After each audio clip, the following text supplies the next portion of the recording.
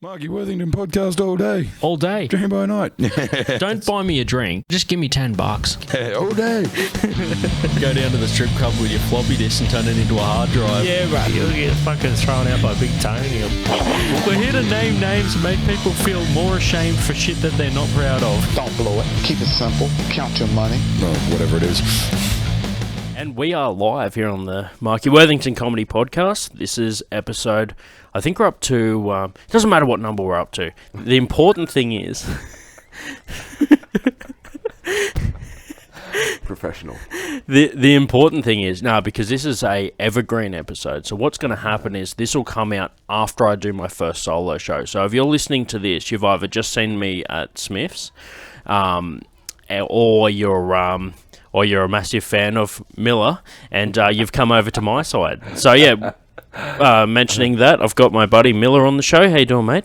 Doing good, man. Doing good. We had to go for a walk to get the sillies out.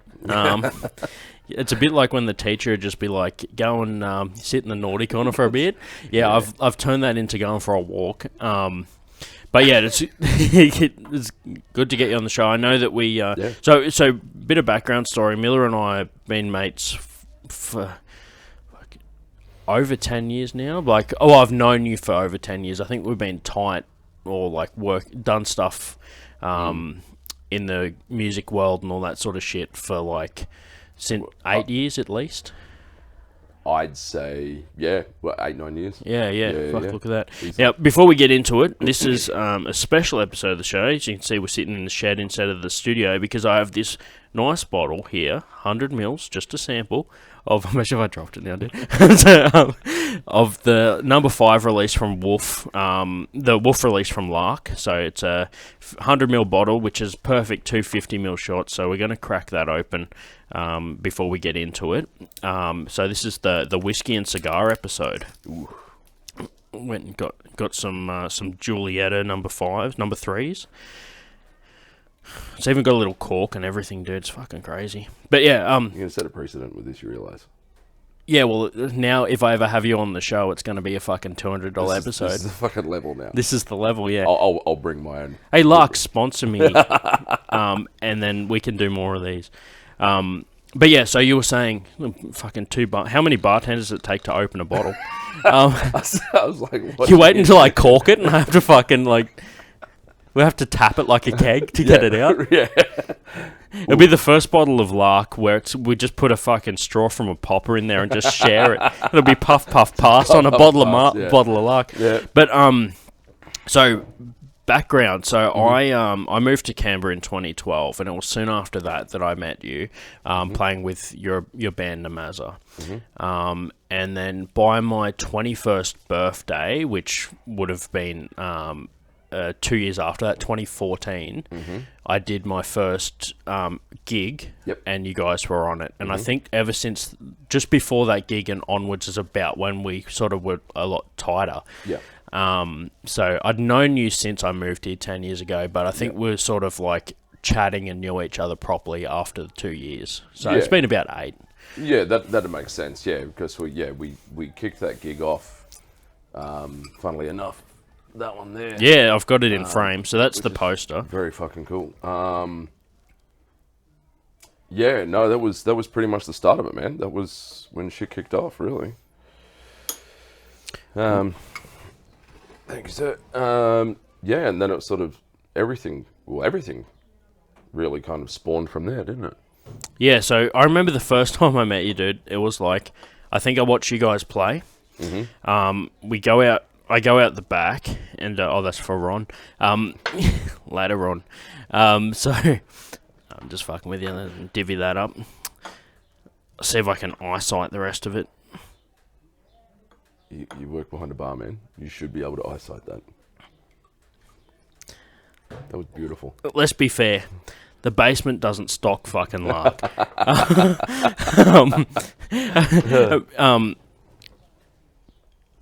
Oh, sweet mother of God, that's good. Cheers, sir.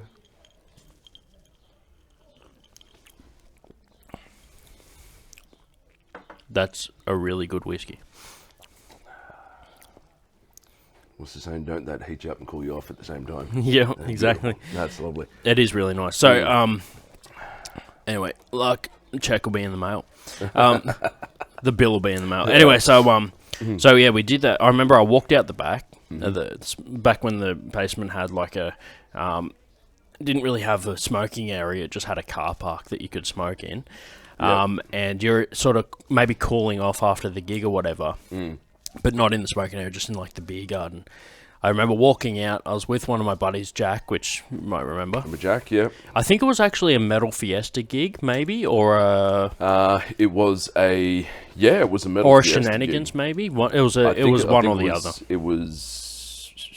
I'm trying to think. Yeah, I think it was a Metal Fiesta gig.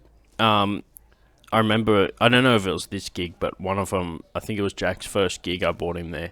And he rocks up and he's wearing a fucking Tamworth Country Music Festival shirt.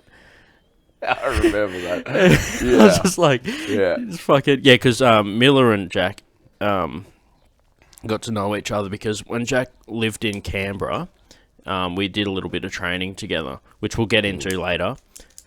Just see me double cut that on the fucking camera. But anyway, so I go out the back, chilling after a gig, and I'm just like, I don't know that everyone has a post-gig, like, cool-down. And I've somehow just walked up and just been in the middle of your, like, zen moment. Hey, man, I really liked your set. That was fucking awesome. I really enjoyed your music. Dude, I'm from down the coast, so what sort of music do you listen to?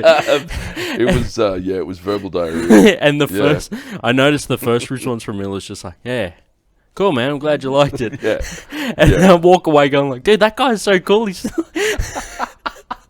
The fact that anyone said anything aside from fuck off after that was just like, it made you cool. Yeah. But yeah, dude, so that was the first time I met you, and then within 2 years, I did my first birthday gig. First ever gig, which was my 21st. And that's when we had you on the bill. And speaking of Jack, I'm gonna overlay a video here. I dug this up in the archives the other day. Yeah. 21st birthday, you and Jack arm wrestling. I still have that video. And right as it sort of gets to the crunch, I'm like, what's the matter? CAA got you pushing too many pentals? And Mila's just gone, ha! Now this is interesting because there is a history of you trying to kill me while I'm doing dangerous shit like that. I mean, bench pressing 140 odd kilos, I lifted off the rack and you decide to tell me a joke when we're at the gym, and I nearly dropped that 140 on my chest because I was that actually makes sense now. It comes down to you got to choose how to defeat the beast. I know I'm not going to do it with my fist. Shit.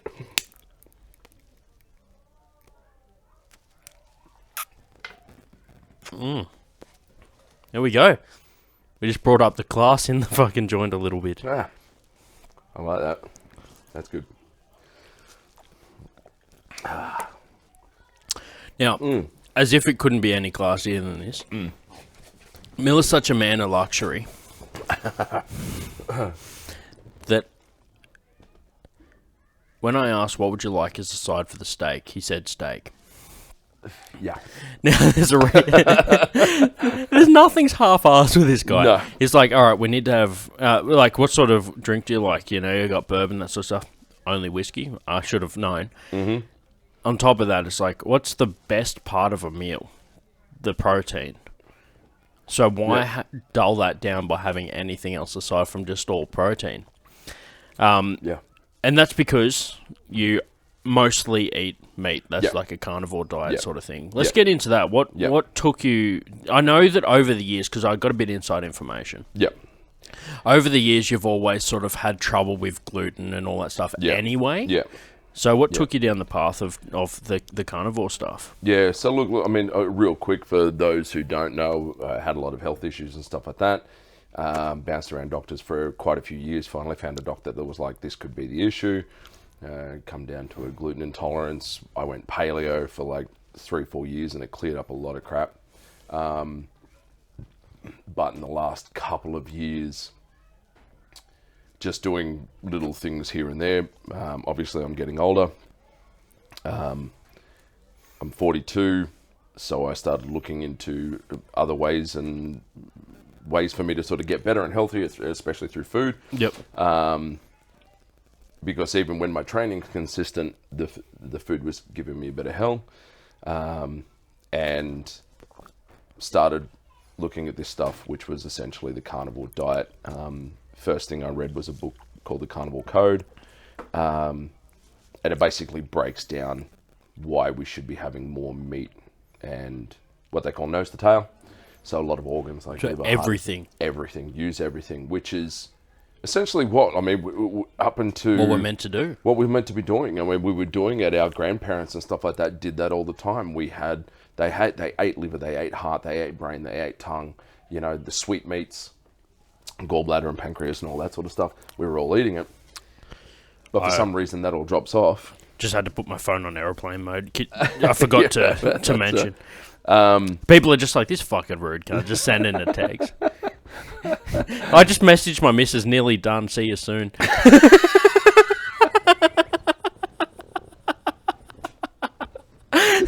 man. I'm used to tangents. I'm not used to you jumping on the phone. So essentially started doing the reading and stuff. I'm not a nutritionist. I'm not a doctor. So I turned to a lot of people who started having a look at some stuff, and basically by doing things like cutting out seed oils, cutting out vegetables. I still do have fruits. I still have occasionally. I still have things like honey. I still have things occasionally like a potato and stuff like that. Yeah. But mostly my diet consists of lamb, beef. If I can get venison, I will. Yeah. And some combination of liver, heart, all that sort of stuff. I also eat a lot of eggs, butter, and all that sort of thing. So I've been on that for a while now, and I'm glad I didn't still have the butter, dude. be melting in your pocket. Just sitting there. I would have just said I fucking wouldn't start eating it. Well, for lunch you're got to wring out my jacket. It wouldn't be a problem. For those of you who didn't know, I didn't have butter, so Mila and I went down to the shops to get butter before the show, and I fucking had to go in, get the butter. I didn't bring a bag, so I just walked out with it in my pocket like I was shoplifting butter. Anyway. But yeah, so it's just been, I still have eggs and stuff like that. I eat a lot less. I probably only have like 1 or 2 steaks a day, with 250 grams-ish. Do you reckon you get fuller from protein and fat? Absolutely. And here's the crazy thing. So I started, was full-on carnivore for probably about a month. Yep. And the change was amazing. Did you shit yourself? No, I didn't get the meat shit. Yeah. Right? Which was crazy because a lot of people do. So that was going really well. But one night I was just fucking hungry. So I just cooked up some rice. Yep. Crazy thing is, the next morning, I was super hungry. Oh, really? Insanely hungry. I later find out that carbohydrates they've found increase your hunger. Right? So I have this, it was like half a cup of rice. Yeah. Insanely hungry. Set everything into overdrive. Yeah. And where I was usually not eating until 10 a.m. because I just wasn't hungry. Yeah. At 6 o'clock in the morning, I was fucking starving. So the next night, I was like, oh, this has got to be a fluke. So I had some rice and the same thing. Next night, I didn't have any, and I wasn't hungry again until 10 a.m. So I'm satiated. It's like me with shitty food. I'm just like, oh, this must have been a fluke, and I just still keep doing it. It's been 12 months. Yeah, essentially. It's just a fluke. I'm just sitting there. Yeah, it's like whenever I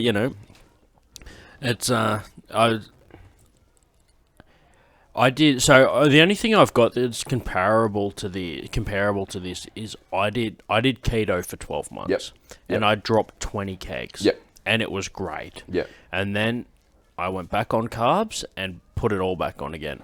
But it took me 12 months, but I put it all back on again. Now I'm sort of plateaued where I'm like sort of sitting in the middle.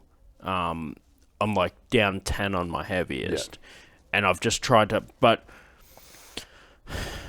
the worst thing I found is doing half a keto diet, because you're eating all the fats and shit, and then you're like, oh, I'll just have this, and then before you know it, you're getting carbs and fats, and it just blows you out. Yeah, and that's the thing. You got to commit to it, sort of thing. And essentially, there's been a lot of research into it, and essentially we don't need carbohydrates. Now again, or sugars or anything. Well, it depends on the sugar.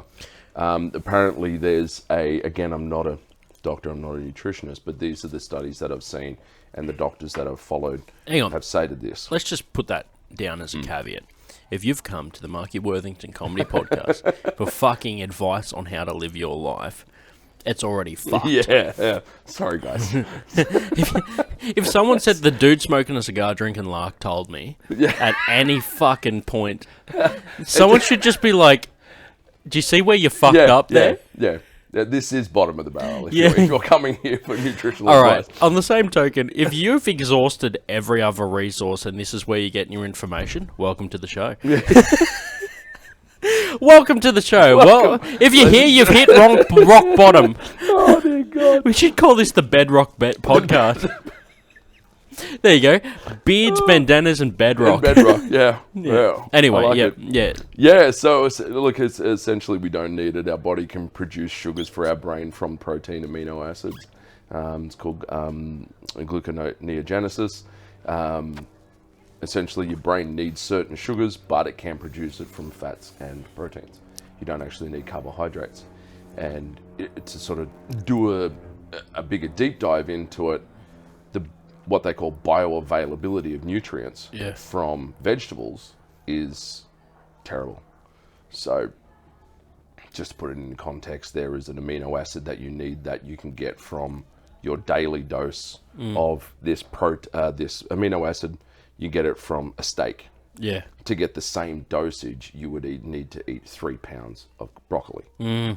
So it's just not. It's not comparable. It's just not efficient. It's just not. It's not efficient. Your body doesn't process it. The plants create toxins to block that absorption. Yeah. So that's why you're going to eat 3 pounds.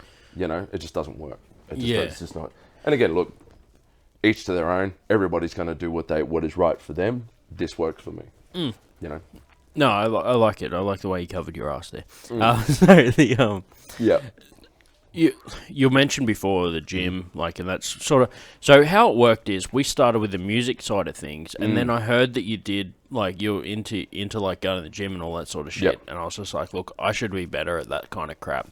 And that's sort of where, the paths crossed over to, the fitness side of things as well. Now, I'm not, into fitness as much as yourself and all that sort of shit. But every now and again, I'll just, get back on track, and that's where it's good to have someone that can help a bit, and that's usually where we get into that sort of that side of things. But I think the first time we actually trained together wasn't at the gym, but it was with self-defense doing Krav Maga. Now, people that don't know, Mila actually used to run a Krav Maga school here in Canberra, and I was probably one of the longest serving members of that. I think you were one of the first. Yeah, definitely one of the first. Yeah, and right up until the day we closed the doors. Yeah. And that's just so. And that's how fucking committed I was to it's like with comedy. Yeah. If I find something that I like, I don't tend to I'm into it. Yeah. And over the years, even just a few years I did Krav, it was about 5 years maybe. Yeah, it was about that. I just was able to stick with it because I found it interesting. One good thing about is the way that I work is if I don't really enjoy something, I know pretty much straight away. Yeah. And if I find myself tangenting from something, it's because I know that I don't want that. So it's easy. It's a good tell for me to know what is, what I'm into or not. You know. Yeah. So, so we did that. We had some fucking interesting experiences over the years. Yeah.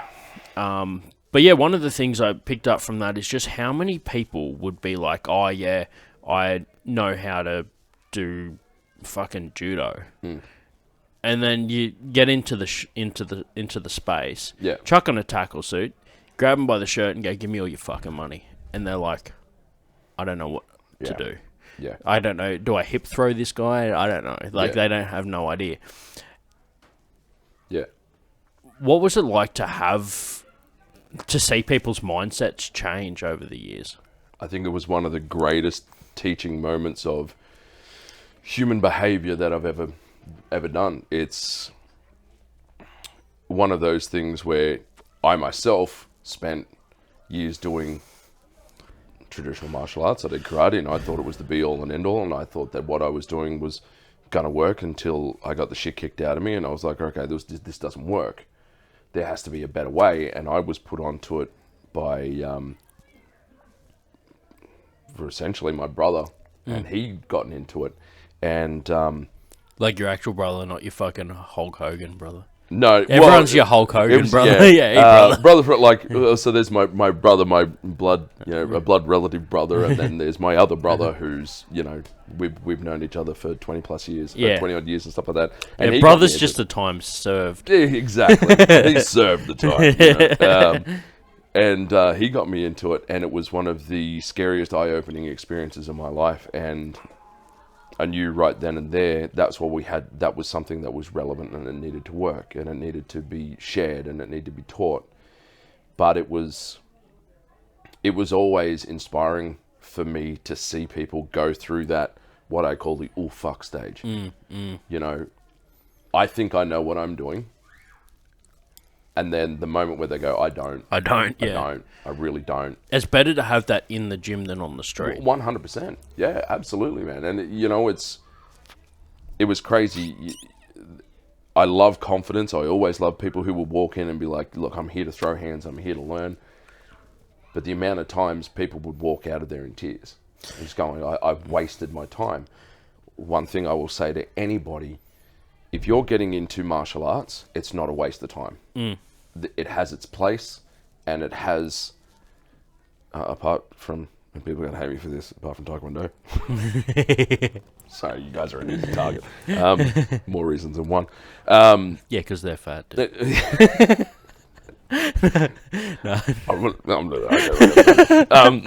coming from... It's okay, I'm part fat guy. I can say that. That's right. Yeah, my best friend is a fat guy.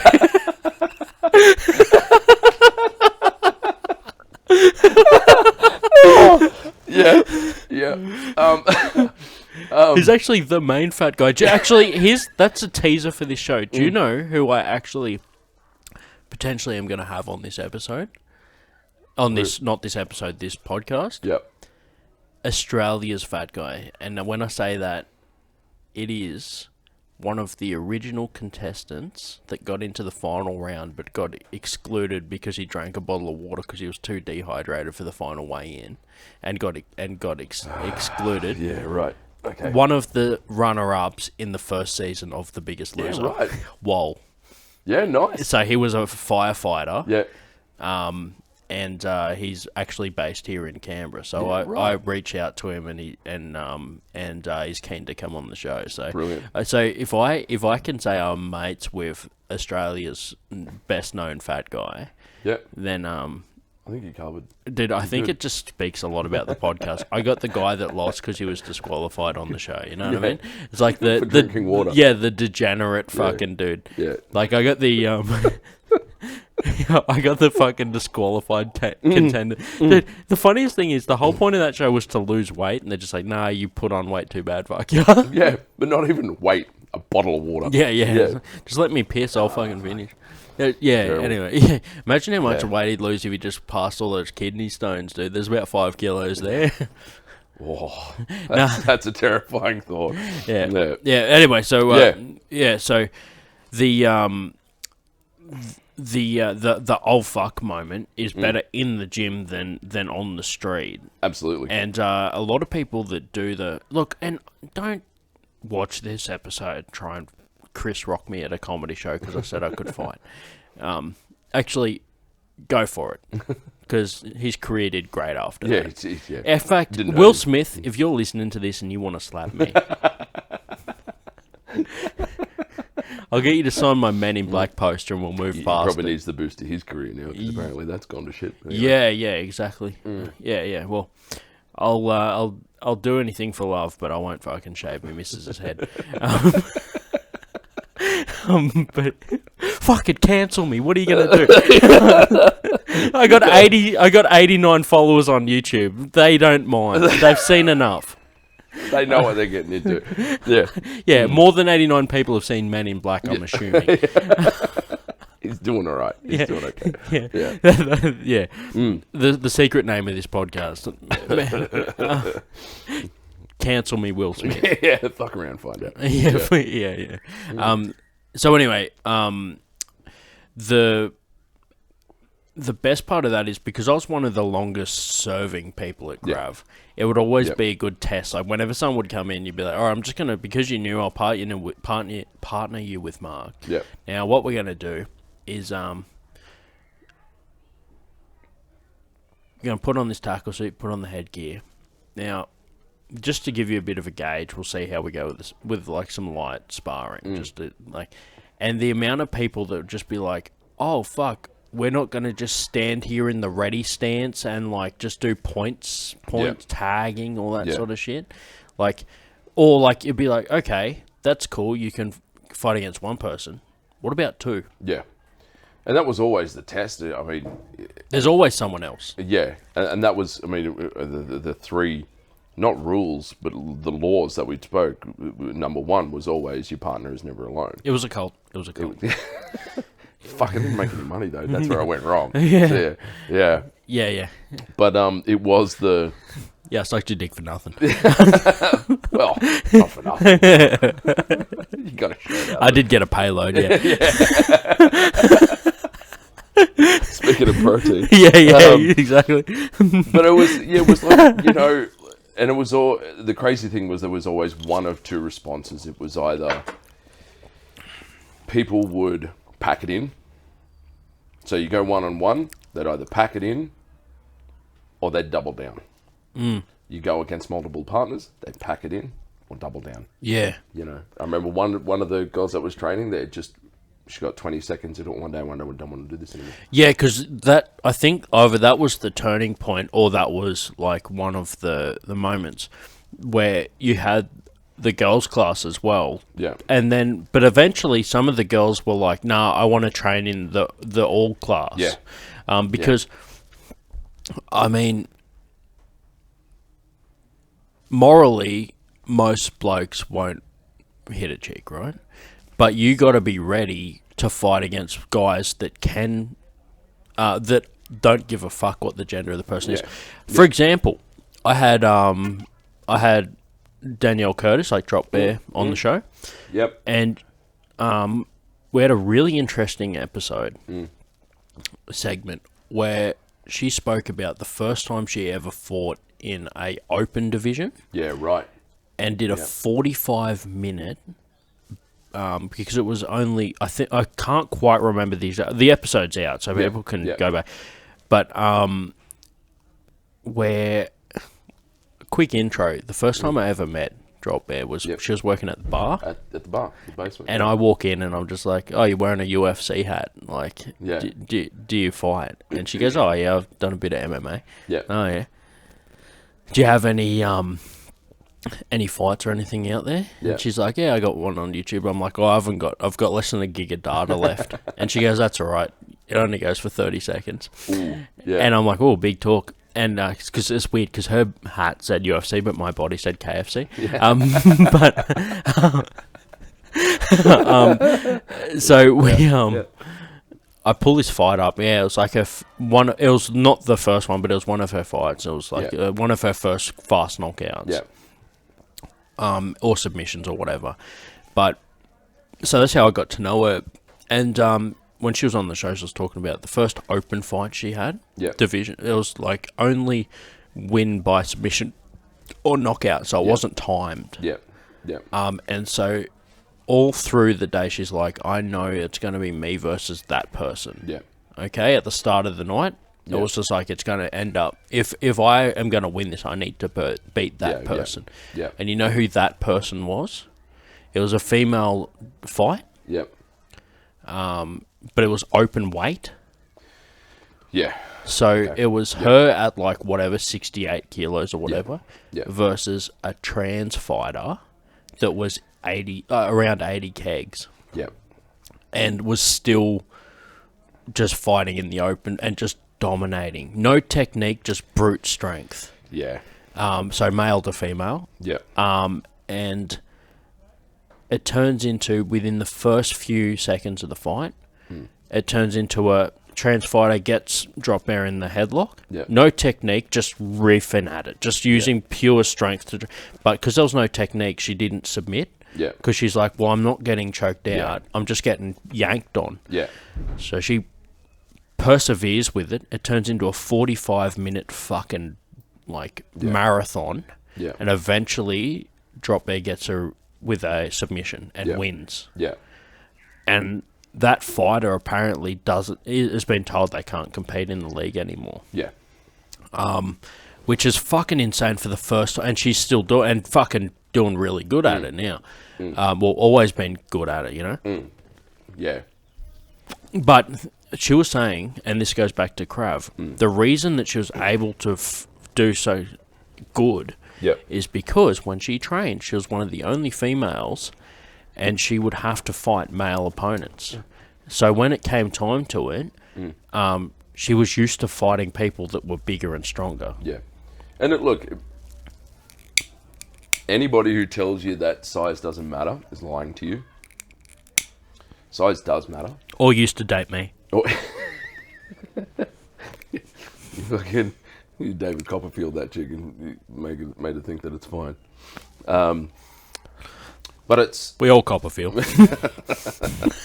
But it's, and then that story, proves it right there. She won out because of her technique. She won out because of her training allowed her to engage with people across the board. Be more efficient with energy. More efficient with her energy and stuff like that. And she went on 45 minutes is a long time. A minute's a long time. A minute is so we used to do this at Krav. It's a minute per person minimal. If it's 3 people, good luck. 3 minutes is going to feel like a lifetime. And that's what I always used to say. Train to be throwing, and not just sparring, but throwing hands heavy and moving for 2 minutes, because it's a different kettle of fish. It's a completely different game when you have to move like that. When you've got someone sitting there hitting the bell, it's different. Yeah. You know you've got this amount of time and you've just got to last. When it gets to the street, it can be over like that. It can be over, it can be brutal, it can be...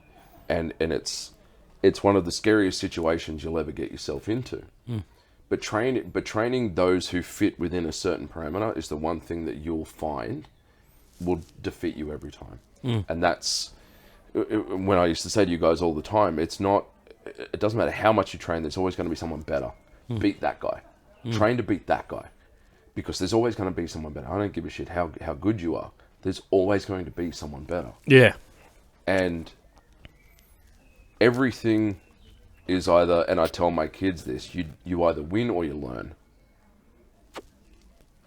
And that's the way you've got to approach. Well, in that case, I've done a lot of learning. You're still here, man. That's the thing. But, it was, we had a lot of moments like that where people would come in full of gusto. We had one girl that came in, ex-kickboxer. Yeah. And was confident. And I was like, who do we want to spar tonight? She's like, I want to spar you. Yeah. Like, cool. I love it. Love your confidence. Got to last a minute. She's like, I'm going to put you down. Excellent. Brilliant. Love the confidence, but you still got to do it. Within 20 seconds, she was on the ground. Yeah. It turned into me just sort of tapping the headgear to show it. She got up, she cried.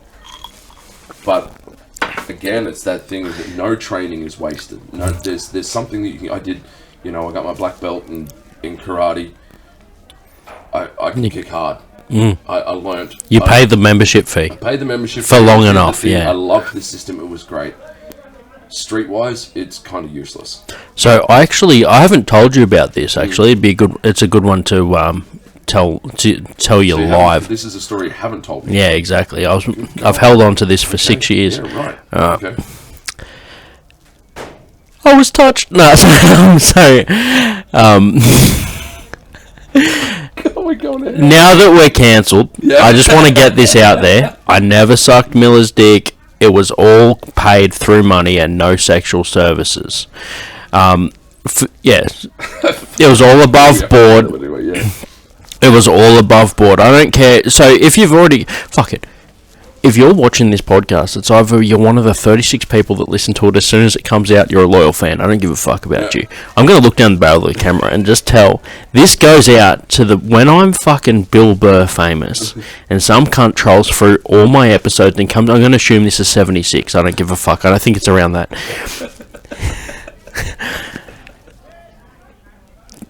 You've got me. You got me. So anyway, I used to live... do you remember that shitty apartment I lived in Belco? Yep. There was a cul-de-sac at the end. Yep. And that I'm walking out of... I was walking to the shops, and I walk out, and there's a taxi parked there. In one of the visitor parks. Yep. And the driver is this big Sikh dude, like Indian guy. Yep. And he's fucking, or whatever the fuck. I'm too white to know there's different parts of India. So, I see the geo tracking. I know there's 3 people in India listening. So, he's just got a car full of rubbish, and he's just throwing rubbish on the ground. Like, he's got, I don't know if he was using the taxi for personal use or something on the weekends or whatever, but he's just throwing Macca's bags and cups and crap just on the ground. And I walk over to him, and I'm just like, oi, mate, there's a bin right there. What are you... Dude, and this fucking guy just leans into his car and pulls out this fucking knife and just looks at me, dude. And English wasn't his first language, but I kind of knew what he was saying. And he just looks at me and he goes, "Want some fuck?" Yeah. And I don't know what he meant by that. But I assumed the knife meant fuck. Yeah, you don't want no fuck. And dude, anyway, so I'm still cleaning his car to this day. I'm on like a routine. He's to come around later. I'm going to wash and clean it, man. He's been fucking me for years. No, but I knew to choose my battles, and I just like backed away and then got out of there. Dude, and this motherfucker just, like, that was his way of dealing with that. And do you know what? Because of the years of doing Krav, I knew to choose my battles, but also I wasn't fucking freaked out by the sight of a knife, because when we trained, we used like training knives, but they were aluminium, so you'd get the flick of the metal, and it was like that instinct of like, well, it is what it is. I'm not gonna fuck with that guy. But fuck the planet, man. I fucking I got some rubbish inside. I'll just throw it outside if you want, man. But like it was. At least there was not as much sting in the initial response of seeing that blade. And the thing that breaks my heart these days is where Krav Maga has gone. It's become this parody of itself.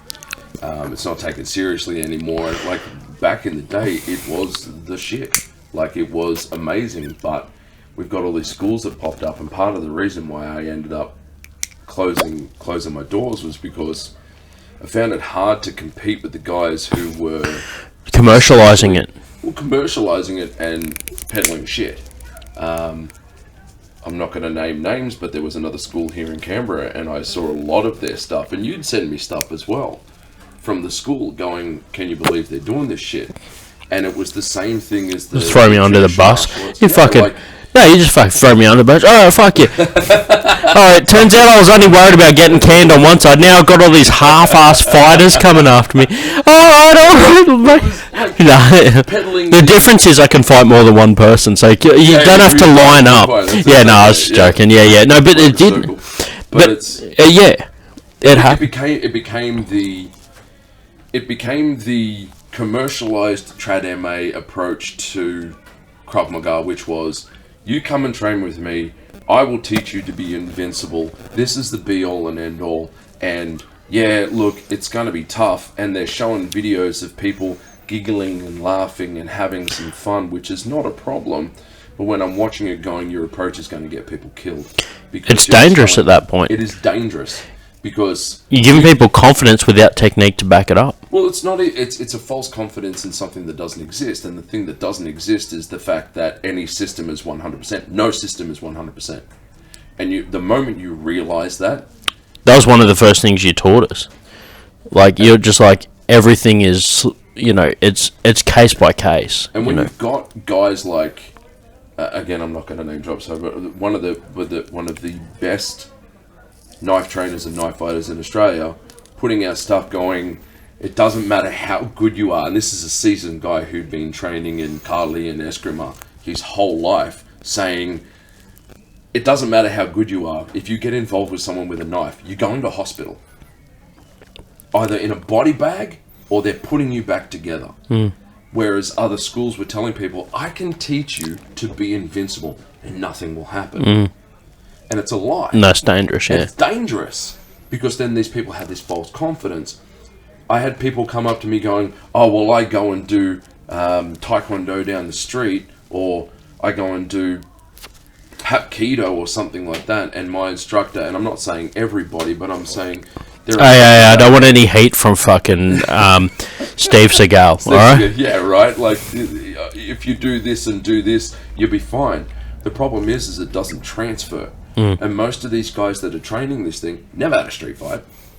They've never actually stepped out of the comfort zone of their own martial art, and unfortunately Krav Maga has become the same thing, and now it's a parody of itself. The worst thing is the money. Like, there's no money in doing it properly, and the most you make it like a like, do you know why, dude? Because I seen it. The failure rate was like 80%. People just coming over one time. It was too much. It was too real, and they'd fuck off. Yeah. Whereas, like, the money is in repeat people coming back and going, oh, I feel confident now. I'm going to keep paying for that. That's why. And my biggest problem was I wouldn't lie to anybody. Yeah. If somebody comes in, I'm like... It's like a job interview. Do you have any weakness? No, I'm just too honest. Yeah. And that was the thing that killed a lot of my clientele, is because I'm not going to peddle shit, first of all. Yeah. I'm not going to peddle... I mean, we would have somebody come in and ask a question. If I didn't have the answer, I'd go and train that shit with other people to find the answer and come back and either go, no, it's not going to work, yes, it's going to work, or we couldn't find a solution. But I'm not going to lie to somebody, because at the end of the day, if they get into trouble, that shit's on me. And these people who are training people and lying to them are not taking that responsibility. They're not saying to people, there's other systems out there. We spoke about it today. When one of the regulars came in and was like, I'm going to go do jiu-jitsu. And I said to him, go. Brilliant. It's great for cardio. Your strength, your grip strength will be amazing. Yeah. It's great. But understand, there is still a parameter and set of rules that do not exist on the street. And he ended up leaving BJJ. Yeah, because it was not what he wanted. Well, not only wasn't what he wanted, but he couldn't turn it reprogram, he got into that situation where he couldn't escape. It was like Blanca from Street Fighter. Just couldn't put him back into society. And that was the thing. Like, I'm glad you got that reference. Yeah. I've made that reference 4 times this week. Yeah. You already said your age. You dated the fucking podcast. Carbon dating. Yeah, it's done. Don't have to guess. All these. Oh, how old is he? You fucking know. I'm 42. I'll put this out in 4 years and we'll give you a chance. Thanks, man. We'll make sure that your fucking eHarmony account doesn't get pulled down for false information. I mean, whiskey and cigars isn't really going to help me. She's probably 20 years older anyway. But you have to. Yeah, this isn't a young guy's hobby. No 24-year-old has the money for a bottle of Lark, not even 100ml bottle, and a fucking cigar. Yeah. Do you know what I realised, man? They put the plain banding over the top of the underneath one, so you actually see the Romeo fucking original thing on there. The original things on them are actually quite nice. Yeah. You got to do that shit now. Yeah, you know how it is. Yeah. You gotta play by the rules. Yeah, that's it. Which is, like we're saying about Krav, like a lot of people don't, like when you're in the training, you expect people to play by the rules, but on the street they don't. Like, old mate, do you want some fuck? Wasn't going to be like, okay, get ready, here, I'm going to stab you. And that's the cruel cruel reality of the world is that the people you are fighting don't give two fucks about you. They don't care about you. And that's what makes them more dangerous. Because you're going to sit down and run by a set of rules that you've been trained into. The first time I started doing Krav Maga, and my trainer is standing there watching a group of guys punch the crap out of each other. And one guy walks off and he's limping because he caught his toe in the jigsaw mats. Yeah. And damn near tore it off. He didn't say stop. He said, sit down, can you walk? No. Okay, well, you're done for the night. And everybody kept going. Because that's how it happens. The girl that ended up pulling the pin after 20 seconds of a 2-on-1 sparring session. The guys, I remember the two guys, and I think you were one of them, turned to me and went, what are we doing? I'm like, well, the cruel reality is you don't get to call a timeout on the street. If somebody wants to hurt you, they will hurt you. Intent is everything. Yeah. So you need to be ready to understand that if you engage with somebody, want some fuck. If you'd engage with that guy, he's not going to stop. Yeah. He's not just going to pull up because he's giving you one and gone, I think he's learned his lesson. Yeah. Right? If he's not trained properly and he red mists, he's going to go all out. You're going to the hospital. You're not even going to the hospital. You're going to the morgue. Yeah. It's done. Right? Yeah. And this is the severity of these things. I think anybody who takes on any sort of martial arts, good on you. There are things that you will learn, whether you learn not to do those things or you learn to improve, like discipline. You meet some great people, all these sort of things. But never go into them thinking that the system is 100%. Be critical. So this shot glass, this nip pourer, people can't see on camera, but it was given to me by a mutual friend of ours, Lance. It says it was a piece of memorabilia from the basement because he was the owner there for a while. He gave that to me. Good bass player too. Yeah. Very serious face, but still. Very. Yeah. Dum dum dum dum dum dum dum dum. That was his moment to shine, dude. Yeah. That song. What was that? What was that song? Dum dum dum dum dum dum dum dum.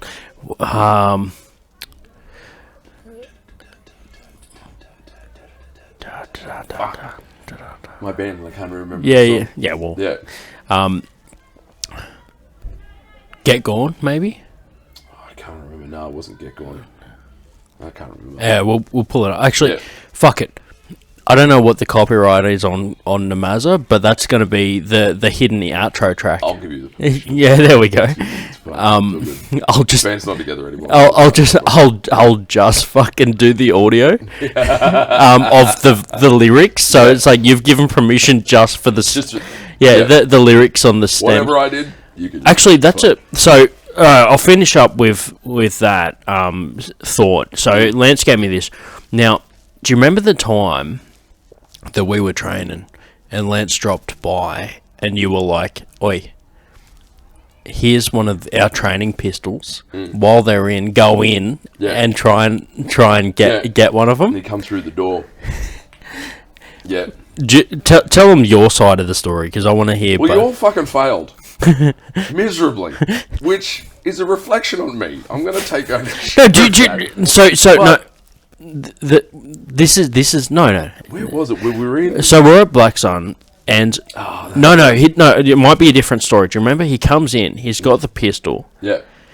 And he just puts it bang on my forehead. Now we'd been just doing pistol defense. Yeah. So I'm like, whoa, like, hang on, just chill, man. My wallet's in my pocket. Just let me get it. And I go up, strip it, cock it, and I'm like, get on the fucking ground. Yeah. Lance becomes the defender all of a sudden. Yeah.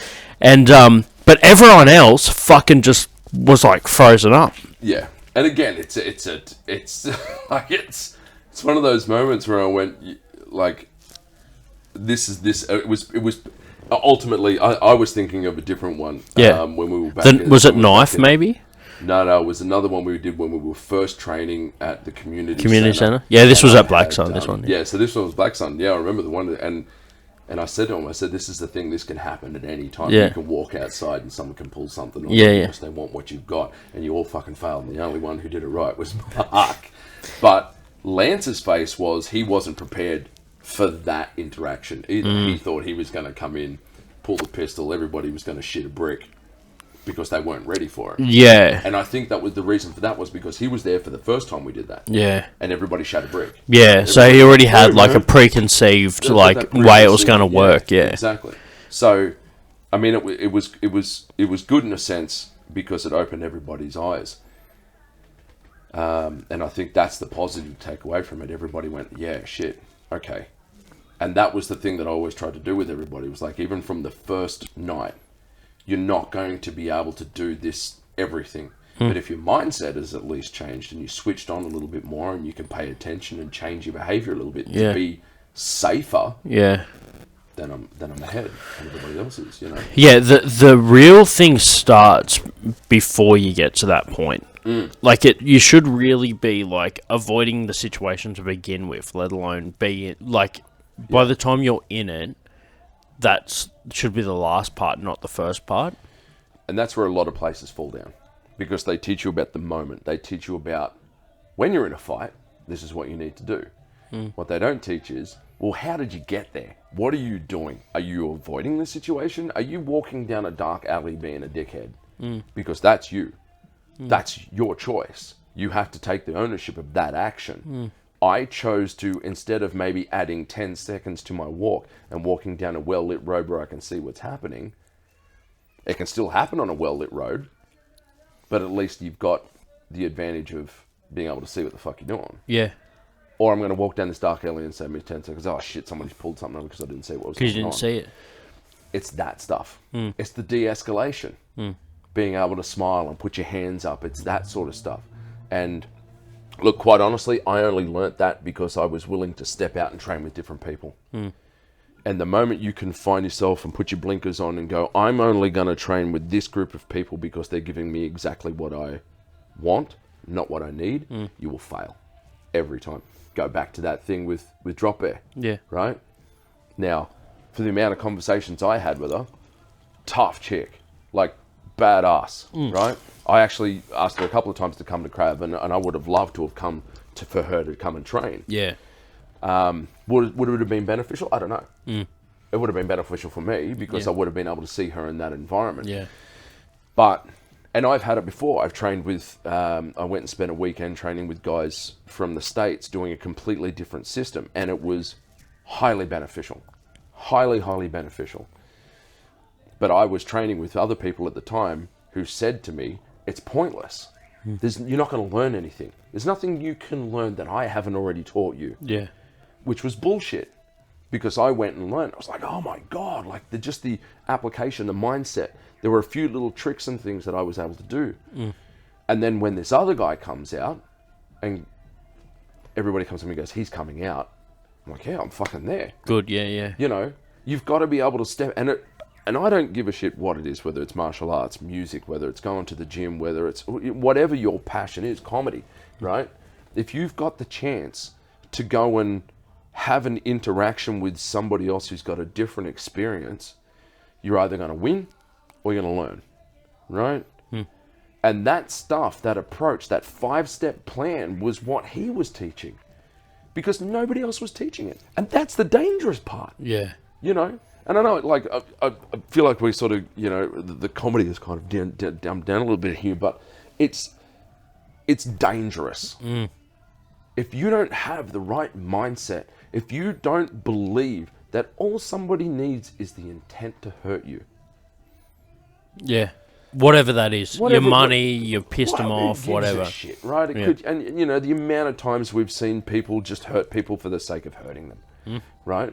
Their intent is to hurt people. They don't care who it is, when it is, they don't care how, right? If you don't believe that those people exist, you've already lost. Yeah. Yeah, like there's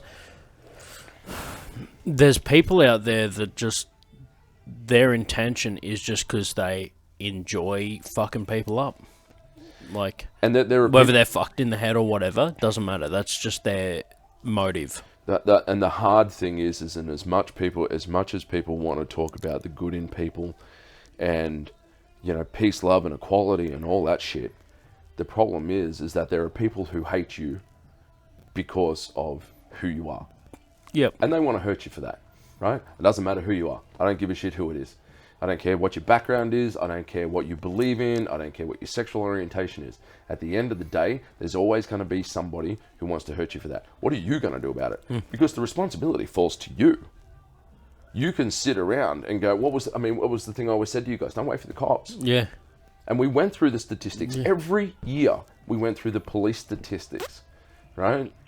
When the average call-out time for the police on a Category 1 call was anything up to 10 minutes. 10 minutes is a long time. A long time, right?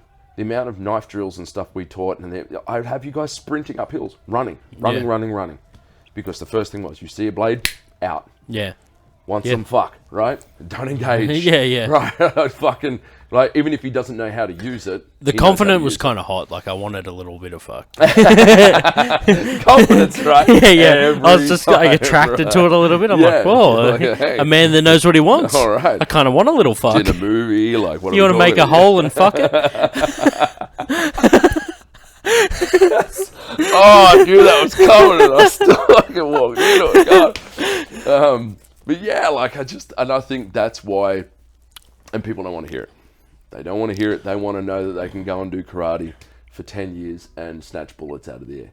Yeah. You know? Yeah, the amount of, like, and I even send you, like, video, like, I sent you one of a home invasion. The dude just, like, got them at the door and got them all back out again. Yeah. Like, you know, sometimes it's just about, like, we talked about, like, the preemptive strike. Like, if it's on, and why wait for it to happen before you do anything? Like, yeah, and the hard thing there, of course, is and the thing that we always talk about. The law gets in the way, and eventually the boys in blue will turn up. Yeah. You need to make sure that you've done everything you possibly can to make sure that you can prove the threat or whatever that may be. And perception is everything. And I think the biggest thing, and I hope the biggest thing that everybody who trained with me takes away from it is that everything's unpredictable. You can't judge human behavior, and at least being in a better mindset is something that can prepare you even more. Yeah. If you believe everybody's inherently good, it's a lovely place to be. You're set to fail, though. It's a fantasy. Yeah. It's a fantasy. Yeah. You know? Yeah, there's a fine line between the two. Like, you don't want to live your life on the back foot, but you just need to be ready for if shit kicks off. I think that's the dangerous part, because there was a time there when my mindset, I had a hard time turning it off. Yeah. And so it's like we were saying with old mate going over to do another thing. It's just like, once you're aware of it, it's a bit like if someone told you that, like, something. So the thing about Krav was, it wasn't just, all right, once you leave the gym, it's over. It was training you for the rest of your life. It's one of those things that, hey, it can be applied to everything. And you needed to change the mindset. You needed to know. Not assume. We never assumed. Yeah. It was the knowledge. The only thing we assumed is they had a knife or they had a weapon, and there was more than one. Well, because you assume the worst. And it's not even an assumption. It was the knowledge that is the situation. Yeah. Because that is the worst of the situation. Yeah. Is that there's multiple, they're all armed, and they know what to do.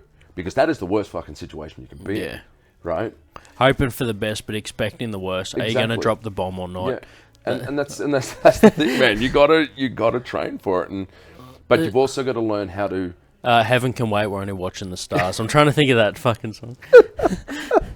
Let's dance for a while. Heaven can wait. We're only watching the stars, hoping for the best, but expecting the worst. Are you gonna drop the bomb or not? Yeah. I don't know what that fucking song is. Yeah, we had to bring it back to music at some point. Yeah. But that was one of the things, man. And like, yeah, man. All I can say is, like, I've never done a martial art or something that didn't, like, affect me as much as Krav did, because it changed how I not just, like, fought and thought, but it also, like, made me more aware. It made my life better. Yeah. So, And even from like the early stages, starting in like a shitty fucking like, dude, I remember I used to go around to your house to train before I went to Krav. You know, we didn't do like Krav, but we were doing like, you'd show me, you know, like a lot of it was talks. Like, you'd be just telling me stuff. Like, we'd do weights or something. You'd be like, all right, now, like, you know, this is, like, the right mindset. Dude, I've changed. Because of Krav, my life has gotten better, not just as far as, like, self-defense. But, dude, we had problems where I used to red mist and all that shit. Yeah. I had anger issues, all that stuff. And that, like, how I am today all stemmed from the wake-up call that Krav gave me. So... Well, and I don't know if you remember or not, but I actually approached another trainer about that issue that you had, and the advice from that trainer was dump him, he's a liability. Yeah. And you know what? I could have. I've had exes' mums tell them that too. Yeah. I think we've all had exes' mums that do that. Actually, dads mostly. Yeah. Doesn't help when you're banging the mum as well. She just wanted me for herself. That's where it comes complicated. Insider trading. Yeah, exactly.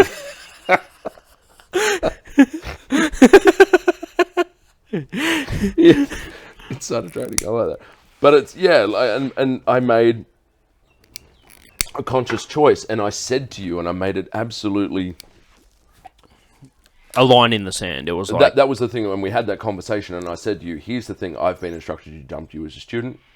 The red misting is a liability. You have two choices here. You can fix this shit, or you can walk. Yeah. And if you want to fix it, I got you. Yeah. We'll do it. We'll do the work. It's not a problem. I'm willing to put the effort in, but you got to want to do it as well. And if you don't, maybe it's time we stop doing this. And that's one of those things, man. It just got us to that point. I actually reckon that,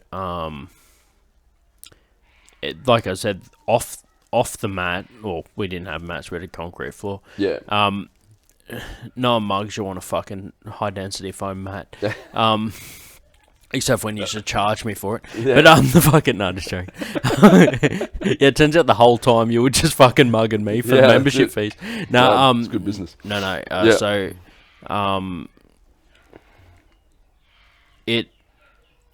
it stays with you is what I'm saying. Like, it helped me in every aspect. So, man, I think we were going to finish on a story, but we pretty much got like 3 or 4 stories within the conversation. Yeah, it's been good. Do you have like because we've just run an hour, so that's fucking awesome. Yeah. To wrap it up, do you have any final words? Look, I think here's the thing. Everybody's experience in this world is unique. But the greatest thing I ever heard is nobody's coming to save you. You have a choice. Fix the shit yourself, get it done, or pack it in. And I think that's the best thing that I can support, whether it be, again, music, training, Krav Maga, comedy, it could be whatever it is. Nobody's coming to save you. The only person you're responsible in this world for is yourself. And the moment you get into that realization that you're the only person who's going to save you is one of the most freeing, liberating things that you can ever experience. And I think everybody needs to realize that for nobody else but yourself. And once you change that mindset, the ripple effect is staggering, quite staggering. And I want to say thank you for having me here, man. I've had a fucking great time. It's been a great time, dude. Yeah. I reckon that we could even make this like a regular thing. Like maybe every so often we'll have you on the show. I mean, every time I'm fucking jonesing for a cigar and a chat, and then we get you over. But I appreciate you being on the show, man. You're a fucking badass, dude. I appreciate everything you've done for me, and it's good to finally be able to like have you on the show so that people can learn a little bit more about my history, because I don't talk too much about Krav and all the shit that you taught me over the years. So it's good to be able to put it out there, man, and get it time stamped and show some people a little bit more about myself. Yeah, man, it's great, and I'm proud of everything you're doing, man. You've come a long way. Yeah, fantastic. fucking awesome, man. Yeah. So cheers, thanks for everyone for listening in. That's episode fucking 70 something, and we're gonna close on that Namazar song, which I will find after the thing. Do it. And remember, if you're just listening to the audio, at least check out the YouTube video, because this is a good visual episode, because you will be able to see the video of Mila and Jack doing the arm wrestle. I'm going to put it at the end. I was going to overlay it in the episode, but sabotaged. I'll put it in the middle. But cheers everyone for listening in, and I'll catch you on the next one. Thanks. Don't buy me a drink. Just name names. Yeah, right. Big Tony. You'll get fucking thrown out of the strip club with your floppy disk. All day. Make people feel shame for shit all day. Don't blow Turn it. it into a hard drive. Yeah, right. We're here Keep it simple. Count your money. That they're not proud of. Just give me $10. All right.